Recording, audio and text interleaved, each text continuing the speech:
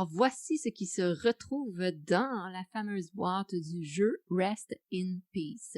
Donc, comme on peut voir, il y a plusieurs matériels qui vont nous permettre de jouer à ce magnifique jeu. Tout d'abord, on retrouve deux livrets de règles, un en français et un en anglais. On retrouve également, vous allez voir ici, deux paquets de 21 cartes fantômes, en fait donc 42 cartes fantômes au total. Donc, vous pouvez voir qu'il y a les cartes vertes ici pour les familles de fantômes vertes. Vous pouvez trouver le nom que vous voulez avec chacun des valeurs qui sont indiquées. C'est la valeur, dans le fond, d'attaque des fantômes. Ici, donc 1, 2, 3. Magnifique comme on peut voir.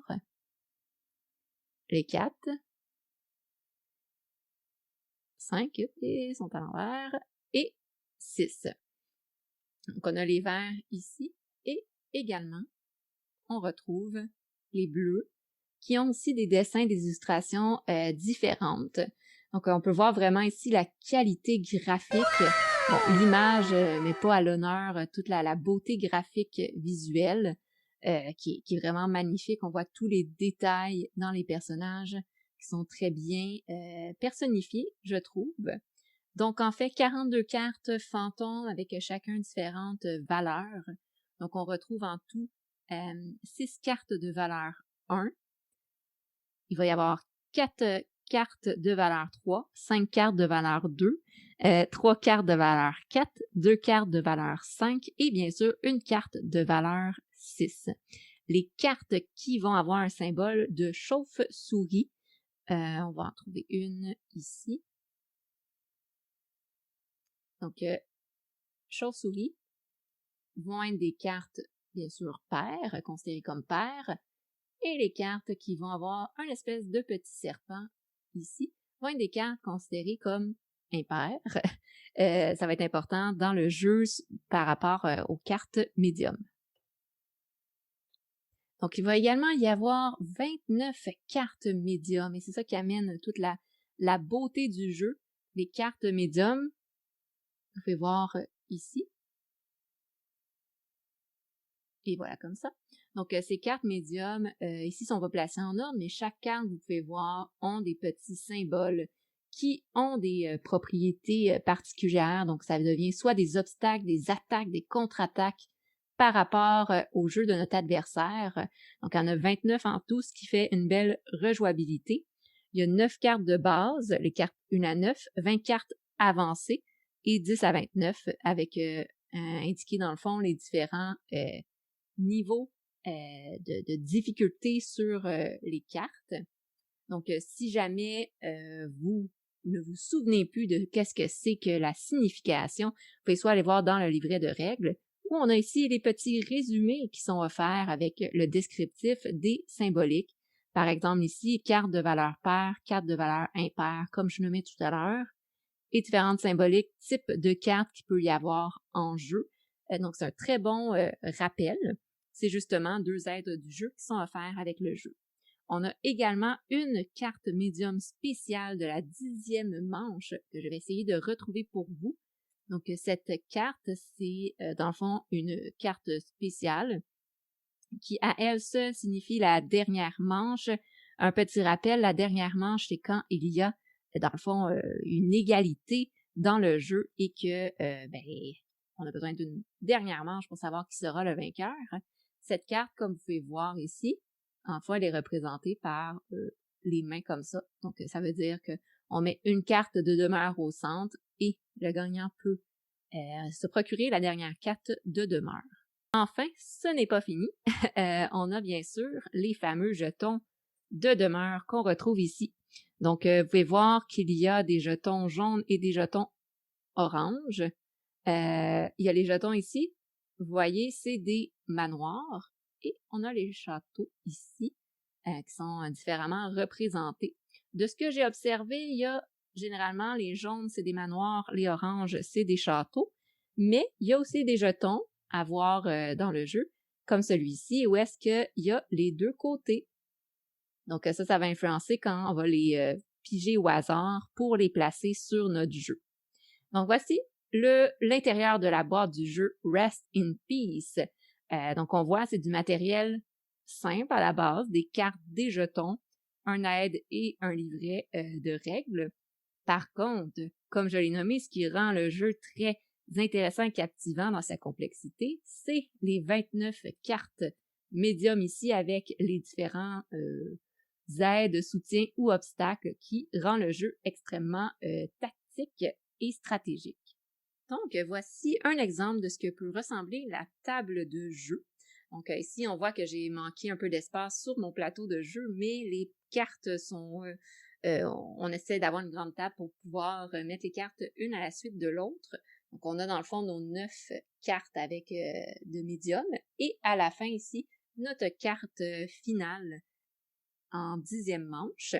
Donc, théoriquement, il devrait nous rester un jeton ici qui ne va pas servir dans cette partie. Par la suite, théoriquement, à chaque côté, il y aurait une famille de fantômes, donc la famille, exemple, des bleus qui serait ici, et ici, on aurait la famille des verts qui rentrerait en duel. Donc, on s'aide toujours du magnifique petit livret de règles qui est notre meilleur ami pour commencer. Donc, à la page 12, on a nos cartes médium et qui, dans le fond, nous explique chaque signification de chacune des cartes. Au début, on a les cartes de base et par la suite, on a les cartes de niveau 1, de niveau 2, etc. Si on garde en tête que pour remporter cette partie, il nous faut soit 3 jetons de château ou 4 jetons de manoir, on peut voir aussi qu'on peut commencer à mettre en place une certaine stratégie. Donc, on voit que si on commence et on veut récolter les manoirs, les prochains sont très loin. Et si on commence à ramasser les châteaux, avant d'en avoir un 4e, c'est très loin également. Donc, volontairement, j'ai placé le jeu pour que ce soit un peu plus compliqué. Mais parfois, le hasard fait bien les choses. Il va y avoir 3 châteaux de suite ou 4 manoirs, un à la suite de l'autre. Donc, on s'aide toujours, comme nommé, de notre magnifique livret. À partir des pages 12, on a toute l'information nécessaire pour bien interpréter les différentes cartes de médium. On a les cartes médium de base. Et à partir de la page 14, nous avons les cartes médium niveau 1, niveau 2, etc. Donc ici, ce qu'on peut explorer, c'est que ici, si je gagne en ayant la plus grande valeur, je gagne un jeton château. Par contre, juste pour vous le montrer, si je ne gagne pas, je vais gagner cette carte ici. Alors, si on regarde bien, cette carte ici, c'est une carte de niveau 1. Et qu'est-ce que la carte de niveau 1 signifie? C'est la carte numéro 14. À 2, on a moins peur. Donc, ceux qui peuvent trouver ça un peu porté à confusion, ben, vous avez le numéro de la carte qui est indiqué juste en bas ici. Donc, numéro 14, à 2, on a moins peur. Donc, à son tour, et pour le restant de la manche, la famille adverse ne peut pas poser une seule carte. Elle doit obligatoirement en jouer 2 minimum. Donc, ce qui veut dire, ça peut nuire à l'autre équipe si jamais, par exemple, on veut absolument que l'équipe gagne et on veut qu'elle dépense ses bonnes cartes. Donc ici, ça pourrait être une bonne carte à récupérer. La prochaine carte ici, si on l'observe, on voit c'est la carte 23, si je lis bien. Donc on observe ici que c'est une carte qui, effectivement, 23 de niveau 3, les poissons rouges fantômes fonctionnent comme 2 cartes fantômes de valeur 1. Ça veut dire que ceux qui vont gagner cette carte-là, la famille en fait, va gagner l'équivalent de 2 cartes de valeur 1 qui vont pouvoir être jouées n'importe quand dans un des tours. Et bon, on pourrait continuer comme ça tout le long à évaluer, interpréter c'est quoi la valeur des médiums. Est-ce que je veux perdre et gagner la carte médium ou est-ce que je veux gagner et récupérer le jeton demeure? C'est là que toute la stratégie et la tactique du jeu se met réellement en place. Donc, comment se joue un tour? Disons que je suis la famille verte. Je brasse mes cartes au hasard. J'en pige 5, encore une fois, au hasard, dos tourné. Et je regarde mon jeu. Donc, Oh, je ne sais pas compter. On en fait une cinquième. Et voilà, j'ai ça dans mon jeu. J'ai des cartes très puissantes. On se rappelle qu'il y a seulement un 6 et seulement deux 5 dans le jeu. Donc, j'ai un très, très bon jeu. Maintenant, la question, c'est est-ce que je veux avoir cette carte ici? Ou est-ce que je veux ce jeton ici? Et ça va influencer mon jeu. Donc, si, disons, dans ce cas-ci, je veux le jeton, alors je vais commencer par peut-être jouer, bon, disons que je joue tranquille pour commencer. Je vais mettre mon 1 devant et je vais voir ce que mon adversaire va mettre en place. Donc, évidemment, ce qu'il va mettre en place va aussi influencer à voir est-ce qu'il veut le jeton ou est-ce que de son côté, il veut la carte médium. Donc, on fait la même chose, il brasse les cartes. Et ici, on voit que son jeu est un peu moins puissant. Donc, ça va peut-être influencer sa décision ou pas. Alors, c'est important de savoir que pour combattre, donc ici on est dans une phase d'affrontement pour une demeure, il faut absolument que l'autre famille renchérit avec une valeur supérieure. Ça veut dire que s'il met 1, ce ne serait pas suffisant et c'est la famille verte qui gagne. Donc il faudrait soit qu'il mette 2 cartes, parce qu'on garde en tête qu'il peut mettre autant de cartes qu'il veut, il pourrait mettre son paquet en entier, mais il ne peut pas juste mettre 1. Fait que disons qu'il peut mettre un 1 comme ça, ou il pourrait mettre 2. Donc, il met 2. Alors, de mon côté, la famille verte. Alors, je récupère mon paquet et disons que je veux vraiment avoir le jeton et que je décide d'y aller en grand, je mets 5. Ce qui fait en sorte que, bien sûr, j'ai une valeur de 6. L'équipe adverse ici, pas tant intéressée, elle se dit, ben moi, j'aime mieux avoir la carte médium, donc peut décider de dire, j'abandonne. J'abandonne, qu'est-ce que ça veut dire? Ça veut dire qu'il laisse la demeure à l'équipe verte et que la carte médium s'en va dans son paquet de cartes. Les cartes médiums récupérées sont toujours face ouverte, face visible, pour que l'adversaire puisse voir les cartes qui sont placées. Maintenant que le tour est fini, l'affrontement, la première manche est terminée, avant de passer à la manche suivante, qu'est-ce qui est possible? C'est de dire, ben cette carte-là, soit que j'ai le goût de mettre une carte fantôme ou de mettre ma carte médium face cachée dans la 10e manche. Pourquoi? Parce que si jamais il y a une égalité, ou si jamais, rendu à la 9e manche, personne n'a gagné, ben c'est la 10e manche qui va être décisive. Donc, on peut tout de suite commencer à planifier son jeu pour la 10e manche. Ça veut dire que je pourrais décider de mettre cette carte-là face cachée, et voilà, face cachée à côté de la 10e manche. Et déjà, mon jeu commence à être mis en place. Je pourrais aussi décider de mettre mon fantôme face cachée face à la 10e manche. Donc, c'est une option possible avant de passer à la phase suivante. Donc, les cartes qu'on a utilisées, fantômes, sont défaussées des deux côtés.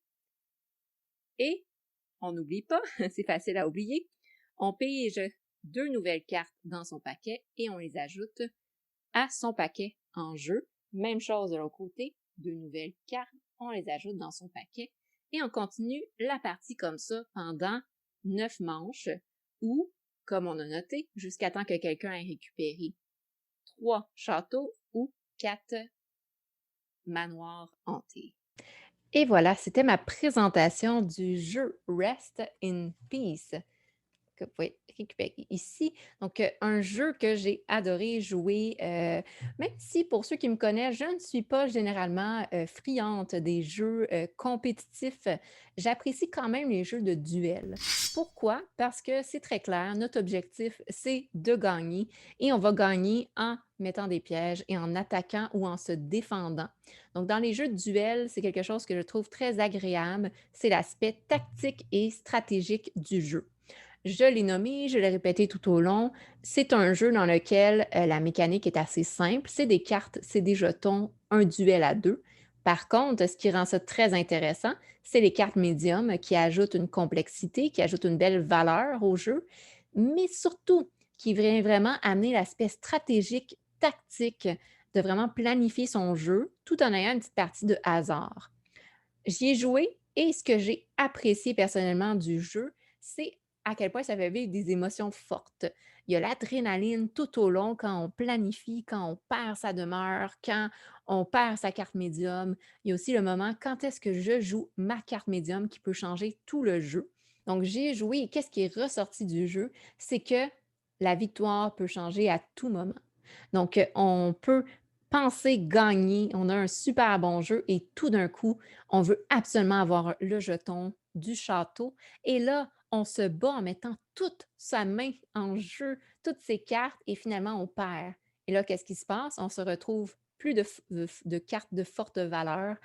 On a perdu le jeton qu'on voulait. On a une carte médium qui peut-être ne nous intéresse pas.